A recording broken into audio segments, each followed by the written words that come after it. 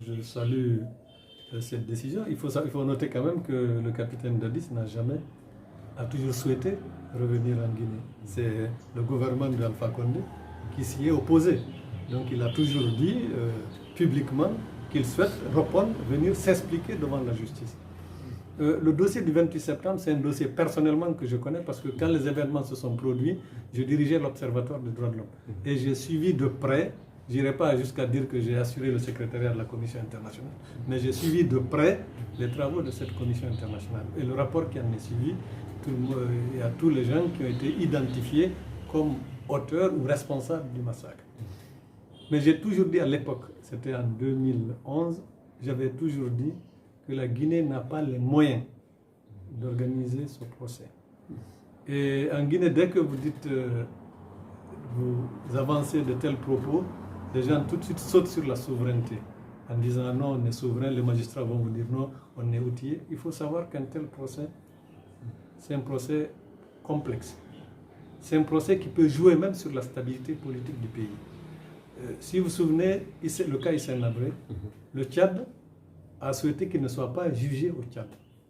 Pourquoi? Parce que quand un chef d'État gouverne un pays pendant des années, il a encore des partisans, y compris dans le système sécuritaire. Et en Guinée, vous avez des gens qui sont identifiés comme auteurs, qui ont des postes de responsabilité. Donc il ne s'agit pas de jeter la pierre sur les gens, mais je dis sur le plan infrastructure, sur le plan même du fonctionnement judiciaire. La Guinée, la justice guinéenne n'a pas les moyens d'organiser un procès, sauf si on va vers un procès bâclé. Donc c'est pourquoi j'ai toujours préconisé, moi, qui est exactement comme ce qui s'est passé au Sierra Leone, ce qui s'est passé au Rwanda, ce qui s'est passé au Tchad, au Sénégal, les cours africaines. On peut bien demander la mise en place d'une cour pénale spéciale qui sera composée de magistrats africains et guinéens, et pourquoi pas tenir ce procès en Sierra Leone. Ouais. Parce que je ne dis pas qu'il ne faut pas le tenir ici, ce n'est pas le problème.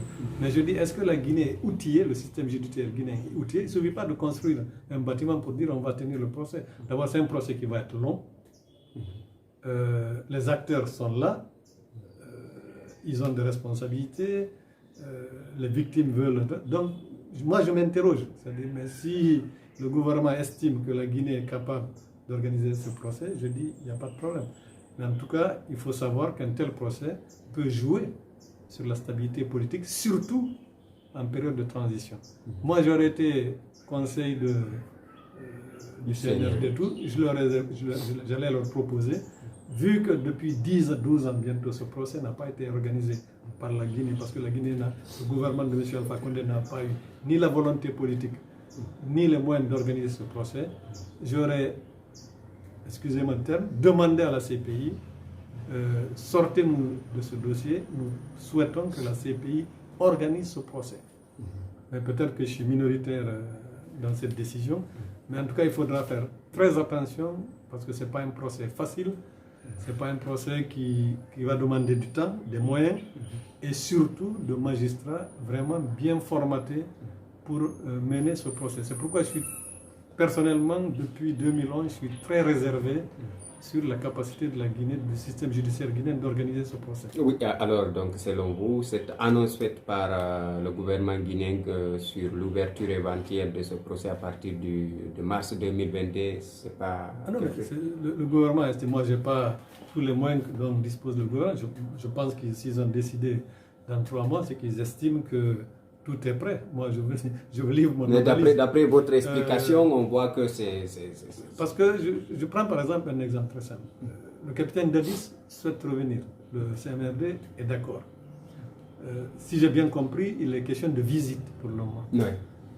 Quand il va revenir pour ce procès, si est-il le procès à Minurba, c'est un ancien chef d'État, c'est quelqu'un qui a gouverné ce pays, c'est quelqu'un qui a fait l'armée guinéenne, c'est quelqu'un qui a des partisans.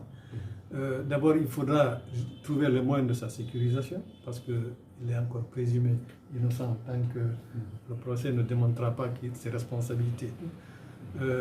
Donc, je m'interroge. Je dis, d'abord, c'est une très bonne chose qu'on accepte le retour du capitaine Dadis, ce qu'il a déjà, comme je disais tout à l'heure, qu'il a toujours souhaité. Mais ce qui je ne dis pas m'inquiète, c'est-à-dire trop de chantiers sont ouverts pendant cette transition, à la fois sur la corruption, sur la réorganisation de l'État, le procès du 28 septembre, etc. etc.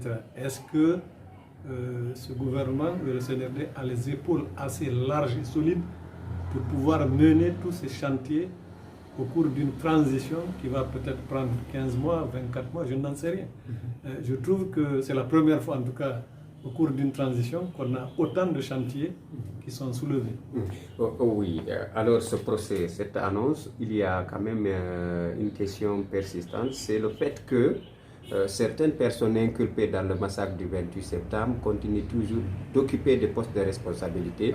Tchek Boro, qui est jusqu'à présent secrétaire pour l'antidrogue, la lutte antidrogue et le crime organisé. Est-ce que ça c'est une bonne image? Qu'est-ce que cela représente pour vous? Mais là, le CNRD n'a aucune responsabilité dans ce problème. Ça, c'est de la responsabilité de M. Alpha Condé, il y a même un ancien garde des Sceaux qui avait souhaité qu'on mette ces gens-là à disposition, qu'on les sorte du gouvernement, même s'ils ne sont pas inclus, parce qu'ils sont cités dans. M. Alpha Condé s'est refusé. Depuis 2010 jusqu'à sa chute, il a refusé systématiquement que ces gens-là, bien qu'ils ont été entendus, il y a eu des audiences, les enquêtes, le dossier est clôturé, mais ils ont continué à occuper des responsabilités. C'est ce que je disais tout à l'heure, comment voulez-vous, tout le monde sait ici, au moment où les enquêtes se faisaient, beaucoup de victimes ont reçu des pressions de ceux-là même qui sont cités dans le dossier. Est-ce que ces pressions-là, quelle garantie de sécurisation on va assurer aux témoins, aux victimes qui vont venir témoigner le jour du procès? Parce qu'on est en Guinée, Conakry, c'est une petite ville, les gens ont des responsabilités, il y a beaucoup de pression, parce qu'il ne faut pas voir uniquement les acteurs, c'est-à-dire les auteurs du massacre, il faut voir les victimes qui vont venir pendant des semaines témoigner à la barre pour citer nommément des gens qui encore aujourd'hui sont influents. C'est ça que je vous disais, c'est-à-dire à la fois il y a la sécurisation des victimes, un procès organisé en période de transition, moi c'est la première fois que j'aurais vu ça, peut-être moi je n'ai pas une culture historique très élevée, mais je trouve qu'il y a trop de chantiers qui sont soulevés. Oui, alors une dernière question, c'est